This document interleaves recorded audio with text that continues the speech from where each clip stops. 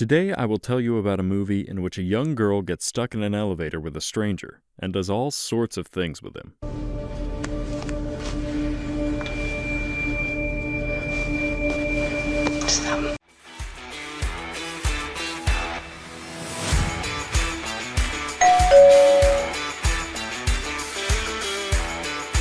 Jennifer stayed up at work until late in the evening, with her laptop on the whole time.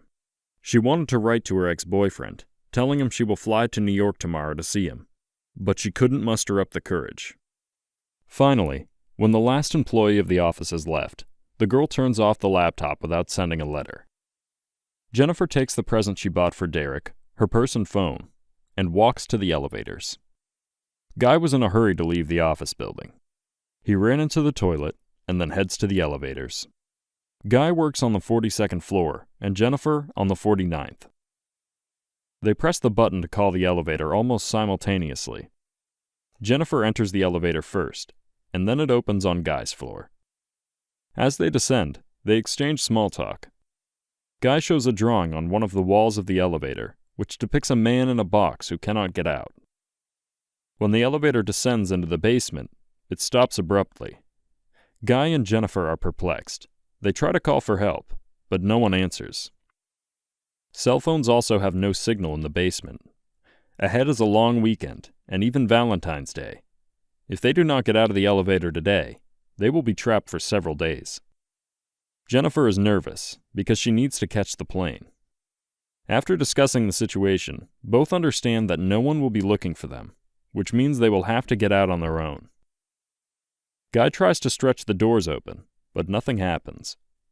They take turns trying to lift the ceiling panels, but it's no use. Then Guy and Jennifer resign themselves. They decide to just wait. Jennifer is thirsty. Guy offers her his water, or the wine he took home from the office. After a bit of bickering, Jen agrees to the water.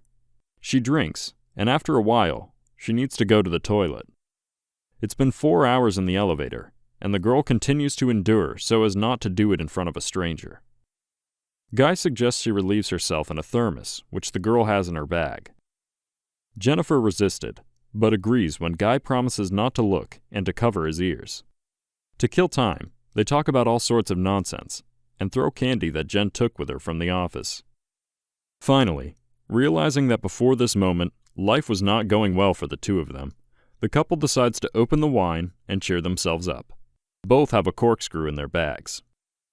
They open the bottle, drink, and share life stories. When the bottle was empty, the two find a new way to entertain themselves. They took out a piece of paper and pens from a portfolio and begin to draw each other. During this, Guy says that he saw Jennifer several times in the building and that he liked her. Guy is a very nice, attractive, caring man, and Jennifer starts to like him more and more. Their warm conversation is interrupted by a random noise outside. It sounds to them like the security guard who is checking the building. However, as usual, no one answers their cries. Guy's drawing is pretty good, but Jen's picture portrays her elevator companion with fangs and a bottle in his hands. She wanted to joke about it, but is suddenly afraid that Guy will be offended. Guy was not, however, offended. He even liked Jen's caricature. Jennifer took out her phone to take a picture of Guy's drawing, and she promised that if they get out of here alive, she will use it as her profile picture on her social networks. The two of them share their thoughts on what they would like to eat right now, as both of them are growing quite hungry, and then they take a selfie. Guy suggests they discuss something interesting to avoid boredom. Among the topics suggested by Guy was sex. Jennifer agrees to talk about this, but wants to make the conversation more interesting. The phone she still held in her hands gave her an idea.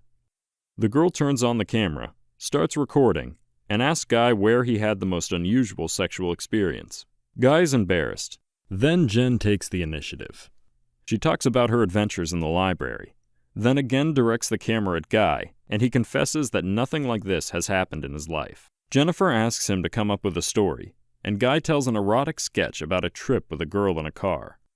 Both get excited, and sparks begin to flash. Another true statement. I'd really like to kiss you.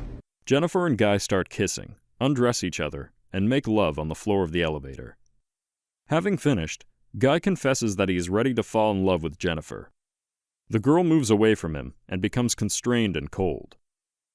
Guy asks her about this, and Jen confesses that she was going to fly to New York to see her ex, and that she still loves him and wants to put up with him, and explains that she and Guy were just having casual sex.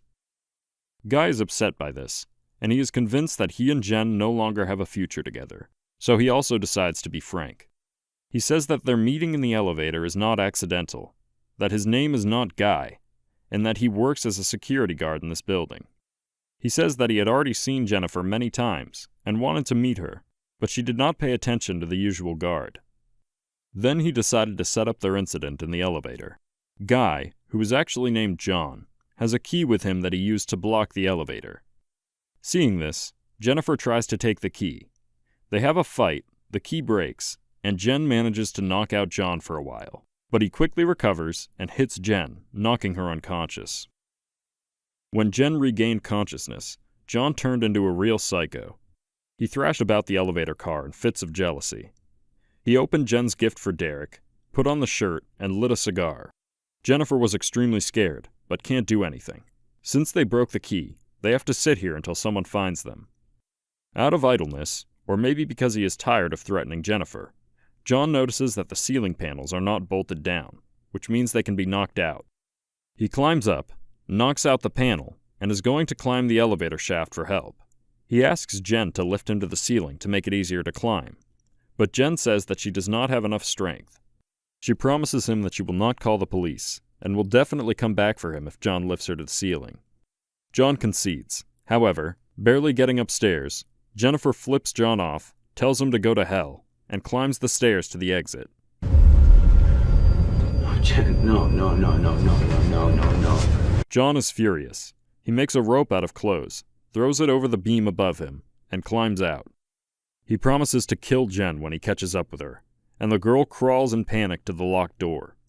She does not have enough time to get out, and John catches up with her. He tries to throw her to the floor, but he himself falls. Waking up, Jen notices the fire extinguishing system.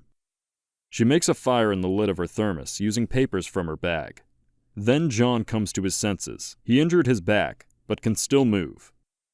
Jen's attempt to attract the attention of firefighters failed, as the sprinkler system puts out the fire. Jennifer and John begin to fight again. Jen manages to tie up John's arms and legs. She wants to cut off his cock with cigar scissors. But then a better idea comes to her. She records herself and John on camera, and threatens to use the cigar scissors on him if he doesn't confess to holding her in the elevator against her will on camera to show the police later. John confessed everything, because he does not want to part with his manhood. He also tells that once he owned a business, and that his story about the girl is true, except on the day they were in the car, it crashed and the girl died. He had been put in prison for half a year. After being released, he couldn't find work anywhere, so he got a job in the security office where he met Jen. He immediately liked her, and he missed the female affection and warmth he received when he was with his girlfriend. John knew that the girl he was watching would never be with him, a simple guard, so he invented the whole story with the elevator. While John is telling Jennifer all this, a mustachioed man enters the building with his girlfriend. John sent him home earlier, saying he would guard instead of him. John also said the same to the third shift guard. The partner wanted to show off to his girlfriend by taking her to the roof of the building. However, he noticed that the security checkpoint was empty. He saw John was not in the locker room either. Then he looked at the video feed from the security cameras in the elevator. There was a mess, among which lay a bloody John and Jennifer. John's partner contacts him on the intercom and promises to come to the rescue. His girlfriend has already settled down on the couch in the hallway and is almost asleep. The man finds the right door, opens it slightly, and throws the key inside. John kicks Jennifer against the wall. He says that the key does not work and asks his partner to climb in and see what's wrong. When he gets halfway into the elevator, John starts the elevator back up, cutting the other guard in half. John knocks out Jennifer, dumps his partner's body in the elevator shaft along with the bloody clothes, carries Jen's body to the trunk of his car, and walks to the security counter. Here he deletes all recordings from the security cameras, and suddenly notices his partner's girlfriend. He then kills her, and throws her into the elevator shaft as well.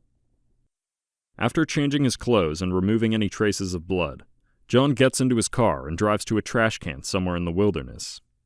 He pours a can of gasoline into the trash and then talks to Jen through the trunk lid. The girl does not answer, so John opens the trunk of the car and realizes that she is dead. He relaxes, goes to the trash can to throw out her handbag, and at this moment, Jen attacks from behind.